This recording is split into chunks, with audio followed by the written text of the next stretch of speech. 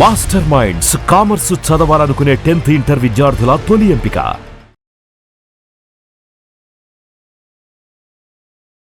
Sir నమస్తే sir. నమస్తే అండి.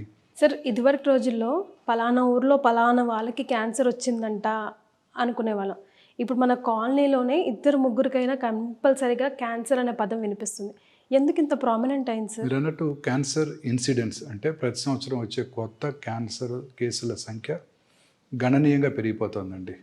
2022 లాస్ట్ టైం ICMR వాళ్ళు ఇచ్చిన ఎస్టిమేట్ అంటే 2 సంవత్సరాల క్రితం భారతదేశంలో 16.5 లక్షల న్యూ క్యాన్సర్ కేసెస్ కనుగొనబడ్డాయని ICMR వారు అంచనాకు వచ్చారు. Indian council for medical research, New Delhi. మన భారతదేశంలో cancer is not a notifiable disease. అంటే మీరు కూడా ఆఫ్టర్నూన్ నేను వాళ్ళ క్యాన్సర్ పేషెంట్ చూశాను అనుకోండి, కొత్త క్యాన్సర్ పేషెంట్, నేను ఎవరికి నోటిఫై చేయాల్సిన అవసరం లేదు, ట్రీట్ చేస్తే సరిపోతుంది. ఒక కరోనా పేషెంట్ చూస్తే మాత్రం వెంటనే మున్సిపల్ అథారిటీస్కి నోటిఫై చేయాలి. So cancer is not a notifiable disease కాబట్టి ఇది ఒక అంటే వాళ్ళు చేయలేదు, ఇంకా ఇది ఒక రఫ్ అంచనా అని అనుకుంటున్నాం. సైంటిస్టులు అలాగే డాక్టర్స్ బిలీవ్ చేసేది ఏంటంటే 16 లక్షలు కాదు, more than 25 lakh new cancer cases భారతదేశంలో ఉంటాయని సైంటిస్టులు డాక్టర్లు గట్టిగా నమ్ముతున్నారు. సో క్యాన్సర్ ఇన్సిడెంట్స్ అందున అర్బన్ ఏరియాస్లో చాలా ర్యాపిడ్గా పెరిగిపోతుందండి. ఉదాహరణకి బ్రెస్ట్ క్యాన్సరే తీసుకున్నట్టయితే ప్రతి 4 నిమిషాలకి ఒక స్త్రీ బ్రెస్ట్ క్యాన్సర్ బారిన పడుతున్నారు ఇండియాలో. ప్రతి 6 నిమిషాలకి ఒక స్త్రీ గర్భసంచి ముఖద్వార క్యాన్సర్ వల్ల చనిపోతున్నారు. స్త్రీలలో ముఖ్యంగా ఈ 2 క్యాన్సర్స్ చాలా ప్రిడామినెంట్గా చూస్తున్నామండి. పురుషుల్లో కూడా ఈ గ్యాస్ట్రో ఇంటెస్టైనల్ ట్రాక్ క్యాన్సర్స్, ముఖ్యంగా సౌత్ ఇండియాలో oral cavity cancers, stomach cancer, urban ఏరియాస్లో మళ్ళీ కోలన్ క్యాన్సర్ కూడా చాలా ర్యాపిడ్గా ఇంక్రీజ్ అవుతున్నాయండి. సార్ ఇప్పుడు అర్బన్ అని స్పెసిఫై చేస్తున్నారు, వైజ్ దట్? సో ఇక్కడ ఎందుకు ఎక్కువ? ఇన్ఫ్యాక్ట్ డిఫరెంట్గా అనుకుంటాం కదా సార్. లేదండి, అర్బన్ ఏరియాస్లో పొల్యూషన్ ఎక్కువ. క్యాన్సర్ అవడానికి 2 ముఖ్యమైన కారణాలు. ఒకటి ఎన్విరాన్మెంటల్ ఫ్యాక్టర్స్, అంటే మన చుట్టూ ఉండే మన ఫ్యాక్టర్స్, అవి including our life style. Okay. Genetic factors చాలా చిన్న పర్సెంటేజ్ ఆఫ్ క్యాన్సర్స్కి దారితీస్తాయి. ఉదాహరణకి BRCA1, BRCA2 మ్యూటేషన్ అనాలిసిస్ కనుక ఉన్నట్టయితే బ్రెస్ట్ క్యాన్సర్, ఓవేరియన్ క్యాన్సర్ వచ్చే అవకాశాలు ఎక్కువగా ఉంటాయి. రెడ్ జీన్ మ్యూటేషన్ అనాలిసిస్ ఉన్నట్టయితే థైరాయిడ్ క్యాన్సర్ వచ్చే అవకాశాలు ఎక్కువగా ఉంటాయి. మెడలరీ కార్సినోమా థైరాయిడ్ అంటాము. అలాగే FAP gene, familial adenomatous polyposis coli gene ఉన్నట్టయితే కోలన్ క్యాన్సర్ వచ్చే అవకాశాలు ఎక్కువగా ఉంటాయి. ఈ జెనెటిక్ ఫ్యాక్టర్స్ కాకుండా ఎన్విరాన్మెంటల్ ఫ్యాక్టర్స్ అంటే మన లైఫ్ స్టైల్, అంటే మనం తీసుకునే ఆహారం, మన lifestyle of living urban ఏరియాస్లో చాలా వేరీడ్గా ఉంటుంది. ఇప్పుడు ఉదాహరణకి మనం తీసుకునే ఆహారంలో సాచురేటెడ్ ఫ్యాట్స్ ఎక్కువగా ఉంటున్నాయి. ఈ పిజ్జాలు, బర్గర్లు, మైదా, ఇవన్నీ కూడాను అనేక రకాలైన కార్సినోజెన్స్ ఉంటాయి, క్యాన్సర్ కారకాలు ఉంటాయి. ఉదాహరణకి మనం డైట్ ఫస్ట్ కాన్సన్ట్రేట్ చేద్దాం. ఈ మైదా రోజు వాడే మైసూర్ బోండా దగ్గర నుంచి ఉప్మా దాకా, అలాగే ప్రతి కేక్లోను ప్రతి స్వీట్లోను వాడేదంతా కూడాను హోటల్స్లో వాడే రుమాలి రోటీలు అన్నీ కూడా మైదాతో తయారు చేసేవారు. సార్ మరి వెస్టర్న్ కంట్రీస్ వాళ్ళు కూడా ఎక్కువగా ఆల్ పర్పస్ ఫ్లవర్ మీద డిపెండ్ అవుతారు. మైదా వాడరు వాళ్ళు. సార్ పిజ్జాలు, బర్గర్, శాండ్విచ్లే కదా, మైదాలు తక్కువగా వాడతారు మేడం. అక్కడ కూడా చాలా ఎక్కువ cancer incidents. Welcome to it. Maida చాలా ఎక్కువ యూసేజ్, మైదా యూసేజ్ ఉన్న ఏరియాల్లో క్యాన్సర్ వచ్చే అవకాశాలు ఎక్కువగా ఉంటాయి. మైదా తయారు చేసే క్రమంలో వాడే కెమికల్స్ వల్ల కూడా క్యాన్సర్ వస్తుంది. మైదా తయారు చేసే క్రమంలో వాడే కెమికల్స్ వల్ల కూడా క్యాన్సర్ వస్తుంది. అలా కాకుండా ఈ సాచురేటెడ్ ఫ్యాట్స్ తీసుకున్న వాళ్ళలో ఒబేసిటీ ఎక్కువ ఉంటుంది. ఒబేసిటీ ఉన్న వాళ్ళలో breast cancer, colon cancer, ovarian cancer, endometrial cancer వచ్చే అవకాశాలు ఎక్కువగా ఉంటాయి. సో ఇది డైట్ పరంగా చూసినట్టయితే ఆహారపు అలవాట్లో, అలాగే ప్రతి ఫుడ్ ఐటమ్ కూడా ఇప్పుడు అంతా కూడా కల్తీ లేనిది లేదు. మీరే చూస్తున్నారు, రోజు ఫుడ్ సేఫ్టీ ఇన్స్పెక్టర్స్ ఎలా ఇన్స్పెక్ట్ చేసినప్పుడు పెద్ద పెద్ద మాల్స్లో ఇంక్లూడింగ్ రామేశ్వరం కేఫ్లో స్పాయిల్డ్ ఐటమ్స్ కనుగొనడం జరిగింది. ఇదే కాకుండా మనం కర్ణాటక గవర్నమెంట్ ఈ మధ్యనే పీచు మిఠాయి, కాటన్ క్యాండీలో రోడమిన్ B అనే కెమికల్ ఉంటుంది. పానీపూరిలో చేసే కెమికల్స్ అవన్నీ కూడా క్యాన్సర్ కారకాలని వాటినన్నింటిని కూడా బ్యాన్ చేయడం జరిగిపోయింది. ఈ మంచూరియా వేసే కలర్స్, ఆర్టిఫిషియల్ కలర్స్ అన్నీ కూడాను, ముఖ్యంగా ఈ చైనీస్ డిషెస్లో వాడే అజినమోటో అన్నిట్లో కూడా ఈ క్యాన్సర్ కారకాలు ఉన్నట్టుగా అనేక రకాలైన ఫుడ్ సేఫ్టీ ఇన్స్పెక్టర్స్ పర్యవేక్షణలో తెలిసింది. అయినప్పటికీ విరివిగా వాడుతున్నాము. తర్వాత రీయూజ్డ్ ఆయిల్స్, అదే ఆయిల్ వాడుతుంటారు. పొద్దున్నే మీరు మిర్చి బండి దగ్గర వారు బాండి పెట్టి ఆయిల్ పోస్తే సాయంకాలం రాత్రి అయిపోయే వరకు అదే ఆయిల్ వాడతారు. మరుసటి రోజు పొద్దున్న మిగిలిపోయిన ఆయిల్ మళ్ళీ పోసి కావాలంటే కొంచెం ఎక్కువ ఆయిల్ పోసి వాడతారు. అనేక రకాలైన కెమికల్ టాక్సిన్స్ వాటి నుంచి ఉత్పత్తి అవుతున్నాయి. మన ఇంట్లో వాడే మైక్రో ఓవెను, అలాగే టెఫ్లాన్ కోటెడ్ ప్యాన్స్, చాలా పాపులర్ ఒక 20 years బ్యాక్, మీకు గుర్తుందో, మీరు పిల్లలు మీకు తెలియదేమో, నాన్ స్టిక్ ప్యాన్స్. అవును సార్. నాన్ స్టిక్ ప్యాన్స్ నా ఒక 20-30 years back very popular. Yes. అందరూ అవే వాడేవారు. ఆయిల్ లేకుండా నేను దోశ వేసుకుంటాను, ఆయిల్ లేకుండా ఆమ్లెట్ వేసుకుంటాను అని అవే వాడేవాళ్ళు. దాంట్లో వాడే ఆ టెఫ్లాన్ కోటింగ్ నుంచి వచ్చే కెమికల్స్ అన్నీ కూడా 100% క్యాన్సర్ కారకాలు. My God. అలాగే ఫ్రూట్స్లోను వెజిటబుల్స్లోను ఉండే lot of anti cancer substances ఉంటాయి, యాంటీ ఆక్సిడెంట్స్ ఉంటాయి. వీటిల్లో క్యాన్సర్ రాకుండా చేసే ఉంటాయి. సో ఇవన్నీ కూడా ఫ్రూట్స్, గ్రీన్స్, వెజిటబుల్స్ ఎక్కువగా తీసుకుంటూ, రెడ్ మీటు అన్నీ తక్కువగా తీసుకుంటూ, ఒమేగా-3 ఫ్యాటీ యాసిడ్స్ ఎక్కువగా ఉండే సీ ఫిష్ని తీసుకోవటం వల్ల కూడా క్యాన్సర్ వచ్చే అవకాశాలు బాగా తక్కువగా ఉంటాయి. క్యాన్సర్తో పాటు హార్ట్ అటాక్స్, సెరిబ్రోవాస్కులర్ యాక్సిడెంట్స్ కూడా తక్కువగా వస్తుంటాయి. ఈ లైఫ్ స్టైల్లో ఫుడ్ అనేది ఒక ఇంపార్టెంట్ ఐటమ్. సో ఇప్పుడు ఫస్ట్ ఆఫ్ ఆల్ ఫుడ్కే ఫస్ట్ ప్రిఫరెన్స్ ఇస్తున్నారు సార్. ఇంటేక్ వల్లే మ్యాక్సిమం వస్తున్నాయి. అందుకని ఇంట్లో హోమ్ కుక్డ్ ఫుడ్స్, బయట వాడే ఆయిల్స్ అన్నీ కూడా, పెద్ద పెద్ద స్టార్ హోటల్స్లో వాడే ఆయిల్స్ కూడా డెఫినెట్లీ అన్నీ కూడా క్వాలిటీలో కాంప్రమైజ్ అవుతున్నారు. ఇది నెంబర్ 1. నెంబర్ 2, మన లైఫ్ స్టైల్. విపరీతంగా ఎప్పుడు కూడా ఎయిర్ కండిషన్ ఆఫీసుల్లో కూర్చోవటం, సన్లైట్కి ఎక్స్పోజ్ అవ్వకపోవటం, సెడెంటరీ లైఫ్ స్టైల్కి అలవాటు పడి ఒబేసిటీ వన్స్ అగైన్. ఆ తర్వాత చాలామంది ఇప్పుడు ఈ బీపీఓ ఆఫీస్లో పనిచేస్తుంటారు. రాత్రిపూట మీరు గచ్చిబౌలి వస్తుంటే అన్ని టాల్ బిల్డింగ్స్ నిండా వెల్ లెట్ బిల్డింగ్స్, లక్షలాది మంది ఎంప్లాయీస్ పనిచేస్తున్నారు. చాలా హ్యాపీగా ఉంది, మన పిల్లలందరికీ మంచి ఉద్యోగాలు దొరుకుతున్నాయి, రాష్ట్ర ప్రజలకు అందరికీ అని కూడా అనుకుంటున్నాం. ఆ బీపీఓ ఆఫీస్లో పనిచేసే నైట్ టైం పనిచేసే వాళ్ళందరిలో కూడా breast cancer, colon cancer, ovarian cancer, lung cancer వచ్చే అవకాశాలు ఎక్కువగా ఉంటాయి.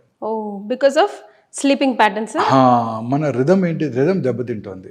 రాత్రిపూట పడుకోవాలి, చక్కగా సాయంకాలం 7-8 కల్లా డిన్నర్ చేసుకుని 9 o'clock లోపల పడుకుంటే, అది కూడా డార్క్ రూమ్లో పడుకుంటే, బెడ్ లైట్ లేకుండా పడుకుంటే, పొద్దున్నే 1 o'clock 2 o'clock మెలటోనిన్ అనే హార్మోన్ ఉత్పత్తి అవుతుంది. ఆ melatonin strong anti cancer properties. ఇప్పుడు మనం అంతా ఏం చేస్తాం, ఇంక్లూడింగ్ మీరు నేను కూడా, రాత్రి 11 దాకా పనిచేస్తున్నాము, లేకపోతే 10 దాకా పనిచేస్తున్నాము, ఇంటికి వెళ్ళి 1 గంట టీవీ చూస్తూ, ఆ తర్వాత పడుకున్నప్పుడు కూడా ఆ మొబైల్ స్క్రీన్ చూస్తూ, ఆ రోజు ఆ వాట్సాప్ మెసేజ్లకు ఆన్సర్స్ పెట్టి న్యూస్ చూసుకొని పడుకుంటున్నాం, ఆ బ్లూ స్క్రీన్ చూస్తూ పడుకుంటున్నాం. ఇంకెక్కడ ఉత్పత్తి అవుతుంది మెలటోనిన్ హార్మోన్? ఉత్పత్తి అవ్వదు. It has a strong anti cancer properties. So అందరూ కూడా రిథం దెబ్బతింటోంది. పైగా బెడ్ లైట్ వెల్ లైట్ రూమ్లో పడుకున్నా మెలటోనిన్ హార్మోన్ ఉత్పత్తి అవ్వదు. బెడ్ లైట్ అవాయిడ్ చేయాలి, ఎస్పెషల్లీ వైట్ లైట్, అన్ని లైట్స్ అవాయిడ్ చేయాలి. ఎక్సెప్ట్ ఇఫ్ ఎట్ ఆల్ ఇంకా మీకు మరీ భయంగా ఉంటే లైట్ లేకుండా పడుకోవడానికి చిన్న రెడ్ లైట్ వాడండి, అంతే తప్ప మిగతా ఏ లైట్ వాడకూడదు. దానివల్ల ఈ మెలటోనిన్ హార్మోన్ ఉత్పత్తి అవ్వదు. ఆ ఉత్పత్తి అవ్వకపోతే దానికి కావాల్సిన దానికి ఒక ఇంపార్టెంట్ మనకి ప్రొటెక్టివ్ ఏజెంట్, అది క్యాన్సర్ రాకుండా, అది మిస్ అవుతున్నాం. ఇది ఈ 2 వెరీ వెరీ ఇంపార్టెంట్. అలాగే తీసుకునే ప్రతి ఫుడ్ ఐటమ్ కూడా మేడం, ఇప్పుడు మనం తీసుకునే కార్బోహైడ్రేట్స్ సోర్స్ ఎక్కువైపోతుంది. వైట్ రైస్, ఈ వైట్ రైస్కి బదులు మన దంపుడు బియ్యము, పార్బాయిల్డ్ రైస్ అవి తీసుకున్నట్టయితే డెఫినెట్గా న్యూట్రిషియస్గా ఉంటాయి. అలాగే white rice, white maida, white sugar is equally dangerous అండి. మనం ఎంతవరకు కార్బోహైడ్రేట్స్ తీసుకోవాలి, ప్రిఫరబుల్లీ ఆ carbohydrates 50% of our diet should contain carbohydrates. Preferably that carbohydrate should come from, not from white sugar. It should come from fruits. It should come from some raw sugar like brown sugar or jaggery. It should come from that. White salt is equally dangerous. అంటే cancer కారకానికి, ఒబేసిటీకి, అనేక రకాలైన cardiovascular ప్రాబ్లమ్స్కి కూడా white salt is very dangerous. ఇవన్నీ కూడా మనం avoid చేయగలగాలండి. ఇవన్నీ avoid చేస్తే ఖచ్చితంగా మనం క్యాన్సర్కి దూరంగా ఉండడానికి అవకాశం ఉంటుంది. అలాగే పొల్యూషన్ అండి. ఇప్పుడు మీరు సిగరెట్ స్మోక్ చేయక్కర్లేదు, మీరు ఈ హాస్పిటల్ బయట ఒక 15 నిమిషాలు నుంచోండి, 50 సిగరెట్స్ తాగిన పొల్యూషన్ మీకు వచ్చేస్తుంది. Because of pollution. పంజగుట్ట చౌరస్తాలో మీరు 5 నిమిషాలు నుంచుంటే చాలు, మీరు ఖచ్చితంగా 50 సిగరెట్స్ స్మోక్ చేస్తే ఎంత ఇల్ ఎఫెక్ట్స్ ఉంటాయో అంత ఇల్ ఎఫెక్ట్స్ ఉంటాయి. కానీ మనం ఇప్పుడున్న సర్కమ్స్టాన్స్ ఇవన్నీ అవాయిడ్ చేయలేం కదా సార్, మరి ఎట్లా మనల్ని ఎలా ప్రిపేర్ చేసుకోవాలా? సో అలాగే ఎన్విరాన్మెంటల్ పొల్యూషన్తో పాటు ఆక్యుపేషనల్ హజార్డ్. బార్బర్స్ రోజు డై చేస్తుంటారు, దే గెట్ క్యాన్సర్. లూజ్గా అంటే పెయింట్స్ అమ్మే వాళ్ళలో క్యాన్సర్ వచ్చే అవకాశాలు ఎక్కువగా ఉంటాయి. డెఫినెట్గా క్యాన్సర్ వచ్చే అవకాశాలు ఎక్కువగా ఉంటాయి. ఇవన్నీ కూడా కెమికల్స్ అండి. తర్వాత అనేక రకాలైన industrial pollution, asbestos industry, dust ఎక్కువగా ఉండే అనేక సిమెంట్ ఇండస్ట్రీ, ఆ తర్వాత కోల్ మైన్స్. రామగుండం తీసుకోండి, most polluted city in the world. Open cast mines, coal ban చేస్తున్నారు. సూపర్ థర్మల్ పవర్ ప్లాంట్, అబ్బా 22,000 మెగావాట్ పవర్ ప్లాంట్ అని ఆనందపడతారు మనకి ఇచ్చామని. దానివల్ల వాళ్ళు ఇచ్చింది పవర్ ప్లాంట్ కాదు, దాంతోపాటు 22,000 క్యాన్సర్స్ పర్ యానం అనుకోవాలి. ప్లాస్టిక్ కంటైనర్లో వచ్చే వేడివేడి బ్రేక్ఫాస్ట్ అంతే కదా, బయట నుంచి మీరు ఆర్డర్ చేస్తారు స్విగ్గీలోనో జొమాటోలోనో, దేంట్లో వస్తాయి అవి? ప్లాస్టిక్ కంటైనర్లోనే వస్తాయి.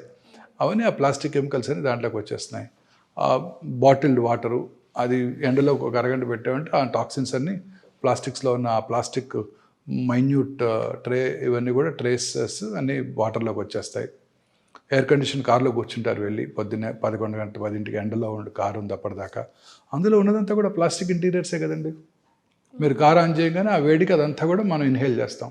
కరెక్ట్. వీటన్నిటికన్నా నా ఉద్దేశంలో అతి ముఖ్యమైన కారణం క్యాన్సర్ రావడానికి కానివ్వండి, కరోనా రానివ్వడానికి కానివ్వండి, కరోనరీ ఆర్టరీ డిసీజ్ కానివ్వండి, సెరిబ్రోవాస్కులర్ యాక్సిడెంట్ కానివ్వండి, అంటే పక్షవాతం కానివ్వండి, అన్నిటికీ నా పర్సనల్ ఒపీనియన్ ఏంటంటే మానసిక ఆందోళన. మన అబ్బాయికి సీట్ రాలేదు, పక్కన వాళ్ళ అబ్బాయికి MBBSలో సీట్ వచ్చింది.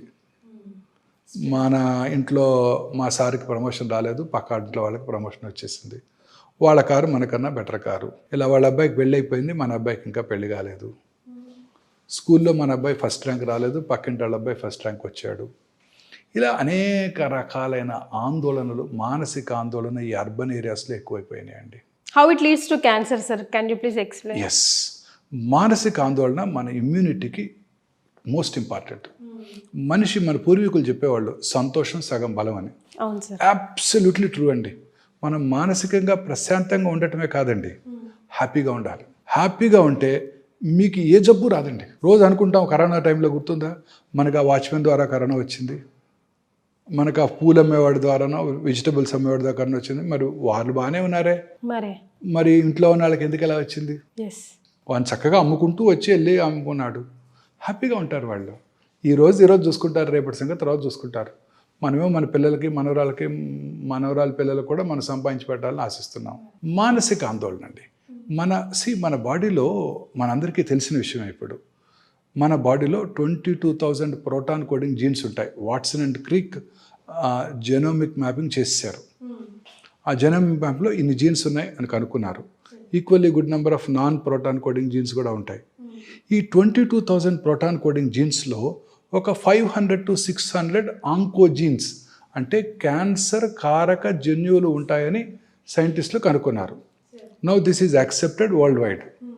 ఈ క్యాన్సర్ కారక జన్యువుల్లో ఉండే మ్యుటేషన్స్ అంటే అవి మార్పు చెందుతుంటాయి, దానివల్లే క్యాన్సర్ వస్తుందని ఇప్పుడు సైంటిస్టులు గట్టిగా నమ్ముతున్నారు. సో ఆ మ్యుటేషన్స్ మీలోను, నాలోను, వాళ్ళలోనూ రోజు వస్తుంటాయి. మన immunity takes care of them. మన ఇమ్యూనిటీ ఎప్పుడైతే దెబ్బతిందో అప్పుడు ఆ మ్యుటేషన్స్ ఎక్కువగా వ్యాప్తి చెంది క్యాన్సర్కి దారితీస్తాయి. ఒక వెరీ ఇంట్రెస్టింగ్ ఎగ్జాంపుల్ అండి. ఒక పేషెంట్కి మెలనోమా వచ్చింది, అంటే స్కిన్ క్యాన్సర్. అది మెలనోమా స్కిన్ క్యాన్సర్. అమెరికాలో క్యూర్ అయిపోయింది. క్యూర్ అయిపోయిన 20 సంవత్సరాల తర్వాత వారు ఒక యాక్సిడెంట్లో బ్రెయిన్ డెడ్ అయ్యారు కాబట్టి వారి కిడ్నీని తీసి ఇంకొక మనిషికి డొనేట్ చేశారు. మనలో కిడ్నీ రాగానే ఒక పేషెంట్ రెసిపియంట్ అంటాం, అంటే కిడ్నీ తీసుకున్న వాళ్ళు. డోనర్ ఏమో ఈ brain dead person who had melanoma 20 years back. ఈ రెసిపియంట్ ఆ కిడ్నీని రిఫ్యూజ్ చేస్తుంది. ఎవరికైనా అంతే. ఇప్పుడు మీరు కిడ్నీ ట్రాన్స్ప్లాంట్ చేస్తే ఐడెంటికల్ ట్విన్ కాక ఇంకెవరి తల్లి దగ్గర నుంచి కొడుకు ఇచ్చినా, కొడుకు దగ్గర నుంచి తల్లికి ఇచ్చినా, first thing body does it rejects the kidney. దానికి మన బాడీలో T cell మీడియేటెడ్ ఇమ్యూనిటీ అంటారు. T cells ఉంటాయి. కరోనా టైంలో విన్నాం B cells, T cells, నాకు యాంటీబాడీస్ ఎక్కువ ఉన్నాయి, మీకు తక్కువ ఉన్నాయి అని విన్నాం కదా మనం. ఆ T cells are called killer cells. ఆ T cells ఏం చేస్తాయి, ఆ ట్రాన్స్ప్లాంట్ అయిన కిడ్నీని రిజెక్ట్ చేసేస్తాయి. అలా రిజెక్ట్ చేయకుండా ప్రతి కిడ్నీ రెసిపియంట్కి ఇమ్యూనో సప్రెసివ్ థెరపీ పెడతారు డాక్టర్స్, నెఫ్రాలజిస్ట్. అప్పుడు ఆ T cell మీడియేటెడ్ ఇమ్యూనిటీని బ్లంట్ చేసేసి ఆ కిడ్నీని ఆ బాడీ రెసిపియంట్ ఉంచుకుంటుంది. సో ఇమ్యూనిటీ తగ్గిస్తారు కావాలని. సో ఈ పేషెంట్కి ఏమైంది, ఆ కిడ్నీ రెసిపియంట్కి ఏమైంది, ఆ కిడ్నీలో ఉన్న ఆ రెసిపియంట్కి మెలనోమా వచ్చింది. అంటే 20 సంవత్సరాలుగా ఆ మెలనోమా స్కిన్ క్యాన్సర్ సెల్స్ కిడ్నీలో ఉండి ఈ రెసిపియంట్కి ఇమ్యూనోసప్రెసివ్ థెరపీ ఇవ్వగానే అవి యాక్టివేట్ అయిపోయాయి. సో చూడండి, immunity plays a very major role. It's very very important. Immunity plays a very major role. Sir ఏ క్యాన్సర్కైనా బాడీ జనరల్ సిమ్టమ్స్ అయినా త్రో చేయదా సార్? ఎందుకంటే చాలా మందిలో విన్నాం సార్, ఇటు ఫ్రెండ్ సర్కిల్లో కానివ్వండి, ఇటు ఫ్యామిలీస్లో కానివ్వండి, థర్డ్ స్టేజ్కే అలర్ట్ అవుతున్నారు. అంతవరకు తెలియకుండా ఎలా ఉంటుంది సార్ బాడీ? లేదండి, cancer is a silent killer. మీరు పెద్ద పెద్ద సెలబ్రిటీస్ చూశారు కదా, అందరూ 4th స్టేజ్లోనే డయాగ్నోస్ చేయబడ్డారు. Steve Jobs. సో ఈ బ్రెయిన్ క్యాన్సర్ లక్షణాలు తీసుకున్నట్టయితే అర్లీ మార్నింగ్ హెడేక్, పొద్దున్నే లేవగానే హెడేక్, లేకపోతే నిద్రలో హెడేక్తో నిద్ర లేవటం 4 గంటలకు 5 గంటలకు, వర్సనింగ్ హెడేక్ ఎస్పెషలీ 50sలో, very characteristic symptom of brain tumour.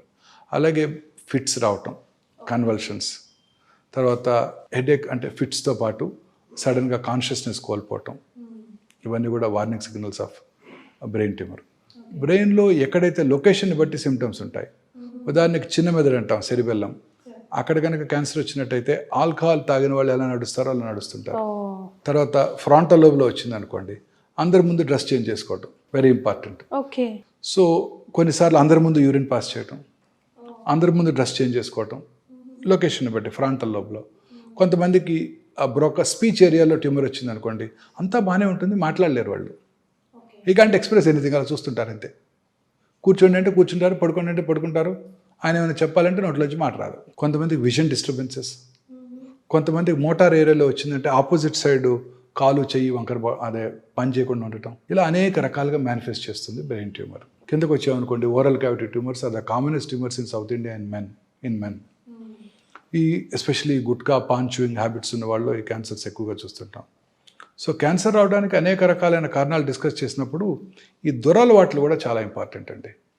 Smoking, అంటే స్మోక్లెస్ టొబాకో అంటారు, అంటే గుట్కా, కైని, అంబారి, ఏదో రకరకాల భాషల్లో వాడుతుంటారు, జర్దా వాడుతుంటారు. చాలామంది అడుగుతుంటారు, నేను ఇక్కడ నోట్లో నములుతాను, ఊసేస్తాను, నేను దాన్ని ఇంజెస్ట్ చేయను లోపలికి, నాకు ఎందుకు వస్తే అంటాడు క్యాన్సర్.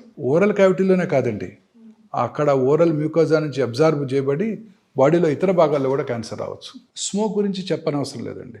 స్మోక్ చేసిన 6 సెకండ్స్లో ఆ టొబాకోలో ఉండే 400 to 500 క్యాన్సర్ కారక సబ్స్టెన్సెస్, కార్సినోజెన్స్ అంటాం, అవి బ్లడ్లోకి వెళ్ళిపోయి లంగ్స్లోనే కాకుండా యూరినరీ బ్లాడర్లోనూ, ఆడవాళ్ళలో అయితే గర్భసంచి ముఖ ద్వారా సర్విక్స్ దగ్గర కూడా క్యాన్సర్ కలగజేయగలవు. అంత ప్రమాదకరమైంది ఈ టొబాకో. సో ఈ ఓరల్ క్యావిటీ క్యాన్సర్స్ని గుర్తించడం కూడా చాలా కష్టం అండి.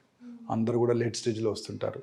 మోస్ట్ ఇంపార్టెంట్ సిమ్టమ్స్ ఏంటంటే ఎరుపు తెలుపు మిళితమైన ప్యాచెస్ ఉండటం, అలాగే టంగ్ పైన కానివ్వండి, బకల్ మ్యూకోజా దవడ లోపలి కానివ్వండి, లిప్స్ దగ్గర కానివ్వండి, అంగటి మీద కానివ్వండి, ఎక్కడైనా సరే అవి నొప్పి కలిగించవు, ఎవరు డాక్టర్ దగ్గరికి రారు. తర్వాత మాట స్పష్టత కోల్పోవటం, నాలుక లోపల ట్యూమర్ వచ్చినప్పుడు నాలుక కదలికలు దెబ్బతింటాయి, అప్పుడు మాట స్పష్టంగా ఉండదు. ఇది ఒక important warning signal. Feeling of foreign body sensation in the throat, మామూలుగా మనం ఏదైనా మింగుతున్నాం అనుకోండి, పూర్తిగా మింగలేకపోతే ఒక వేగ్ ఫీలింగ్ ఉంటుంది, ఇక్కడే ఉన్నట్టు థ్రోట్ వెనకాల. మింగినా కానీ అది అలానే ఉందనుకోండి, వాటర్ తాగినా కానీ, that could be a cancer. అంటే బాడీ ఆ ట్యూమర్ని ఫారిన్ బాడీ లాగా పర్సీవ్ చేస్తుంది, వెరీ ఇంపార్టెంట్ వార్నింగ్ సిగ్నల్. అలాగే చిగుళ్ళ నుంచి బ్లడ్ రావటం, అల్సర్ నుంచి బ్లడ్ రావటం ఓరల్ క్యావిటీలో, ఇవన్నీ కూడా important warning signal off cancer and oral cancer. కింద స్వరపేటిక దగ్గరికి వచ్చిందంటే గొంతు బొంగురు పోవటం, మాటలో క్వాలిటీ, స్వరంలో క్వాలిటీ దెబ్బతింటాం, ఇవన్నీ కూడా స్వరపేటిక క్యాన్సర్ లక్షణాలు. దగ్గు రావటం, లంగ్ క్యాన్సర్ అయితే మానని దగ్గు, తగ్గినప్పుడు వచ్చే కళ్ళలో బ్లడ్ పట్టడం, వెయిట్ లాస్ ఆఫ్ ఆకలి తగ్గిపోవటం, లో గ్రేడ్ చెస్ట్ పెయిన్ ఉండటం, ఇవన్నీ కూడా లంగ్ క్యాన్సర్ లక్షణాలు. ఇంకా అన్నవాహిక క్యాన్సర్ అయినట్టయితే మింగడానికి ఇబ్బంది పడటం, ఫస్ట్ సాలిడ్స్కి ఇబ్బంది పడటం, సాలిడ్స్ తీసుకున్న మింగలేకపోతే కొంచెం వాటర్ తాగితే లోపలికి వెళ్ళిపోతాయి, ఆ తర్వాత స్లోగా వెళ్ళని కూడా వెళ్ళవు, మెత్తగా చేసుకొని తినాల్సి వస్తుంది, తర్వాత లిక్విడ్స్ మాత్రమే వెళ్తుంటాయి, తర్వాత దానికి కూడా బ్లాక్ అయిపోవచ్చు, అప్పుడు కానీ రారు డాక్టర్ దగ్గరికి. మెయిన్ కారణం పేదరికం, డబ్బులు లేవు. తర్వాత స్టమక్ క్యాన్సర్, ఇది commonest cancer in South India, ముఖ్యంగా ఈ 2 రాష్ట్రాల్లో, ఆంధ్రప్రదేశ్, తమిళనాడు చాలా కామన్. వీరు తీసుకునే ఆహారం కామనెస్ట్ ఈజ్ రైస్. మరి రైస్ క్యాన్సర్ కలిగిస్తుందని మీరు బ్లంట్గా అడిగితే ఆన్సర్ లేదు, బట్ కలిగిస్తుందనే చెప్పాలి. మీరు చెప్పే వైట్స్లో రైస్ కూడా రైస్ కారణం ఏంటంటే ఈ గ్యాస్ట్రిక్ క్యాన్సరు 2 దేశాల్లో ఎక్కువ కనబడుతుంది. ఒకటి సౌత్ ఇండియాలో, రెండోది జపాన్లో. ఇద్దరికి కామన్ థింగ్ ఏంటండి? రైస్. సరే ఎన్నో జయిస్తున్నాము, ఎప్పటికైనా ఈ క్యాన్సర్ని జయించగలమా లేదా? తప్పక చేస్తామండి. ఈ నియర్ ఫ్యూచర్లోనే ఉంది. మన సైంటిస్టులు ఇప్పుడు they are on the job. So ఈ క్యాన్సర్ లక్షణాలు ఇవన్నీ కూడాను మనం ఒక అవగాహన కనుక పెంచుకుంటే, ఈ లక్షణాలు ఉన్నప్పుడు డాక్టర్ దగ్గరికి వెళ్ళి పరీక్ష చేయించుకొని అది క్యాన్సర్ కాదు అని నిర్ధారణ చేసుకోవడం చాలా ఇంపార్టెంట్. మీరు అడిగిన నెక్స్ట్ క్వశ్చన్, ఎప్పటికైనా దీన్ని జయించగలమా? ఎస్, ఖచ్చితంగా జయిస్తారు సైంటిస్టులు. It not very far of.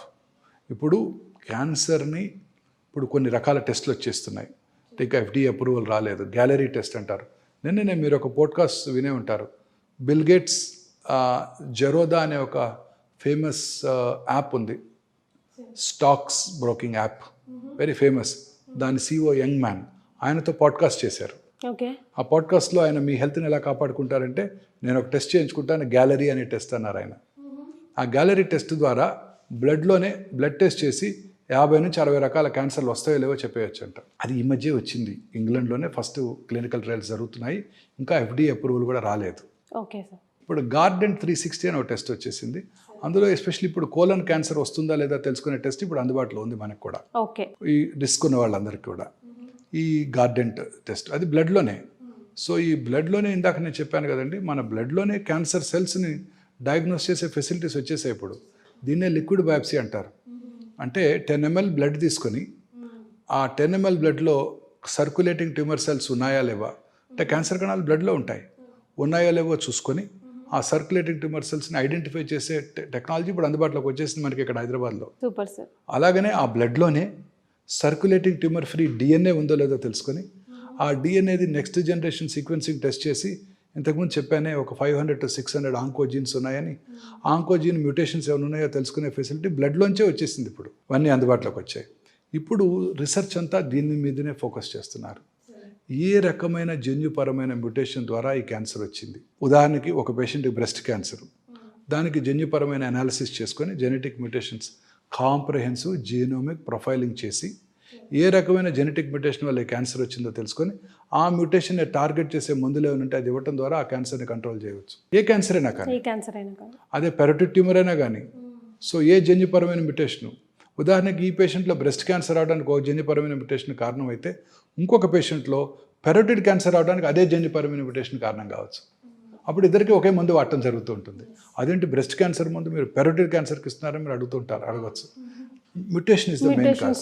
So ఫ్యూచర్లో నేను బ్రెస్ట్ ఆంకాలజిస్ట్ని, నేను గైనక్ ఆంకాలజిస్ట్ని, నేను లంగ్ ఆంకాలజిస్ట్ అని ఉండరు. జన్యుపరమైన మ్యూటేషన్ ఆంకాలజిస్ట్, నేను CRB2 యాంటీజెన్ ఆంకాలజిస్ట్ని, EGFR ఆంకాలజిస్ట్ని, ROS1 ఆంకాలజిస్ట్ని అని పెట్టుకోవాల్సి ఉంటుంది.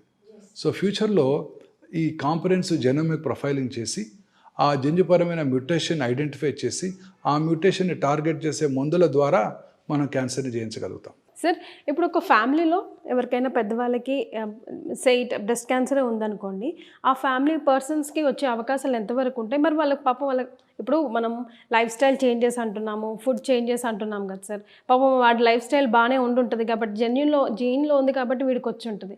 సో వాడు ఎట్లాంటి ప్రికాషన్స్? వంశపారంపర్యమైన జబ్బు కాదు, కొన్ని వేళ్ల మీద లెక్క పెట్టగల కొన్ని క్యాన్సర్స్, ఉదాహరణకి బ్రెస్ట్, థైరాయిడ్, ప్యాంక్రియాస్, ప్రాస్టేట్, కోలను, ఓవరీ. కానీ ఇవే మోస్ట్ కామన్. ఈ 6 క్యాన్సర్స్ కనుక ఉన్నట్టయితే వారి ఫస్ట్ జనరేషన్ వారి రిలేటివ్స్లో క్యాన్సర్ వచ్చే అవకాశాలు సాధారణ ప్రజానీకన్నా కొంచెం ఎక్కువ, అంతే తప్ప వస్తుందని కాదు. ఇందాక నేను చెప్పిన జెనెటిక్ కాజెస్ వేరు, BRCA1, BRCA2, యాంజెలినా జోలీ ఎగ్జాంపుల్ చెప్పాను, అవి వేరు. అవి కాకుండా రొటీన్గా ఇవి కొంచెం ఎక్కువ తప్ప వాళ్ళకి వస్తుందని కాదు. క్యాన్సర్ వంశపారంపర్యమైన జబ్బు కాదు, అంటువ్యాధి కాదు. సో భర్త నుంచి భార్యకి వాళ్ళకి అలా వచ్చే అవకాశాలు లేవు.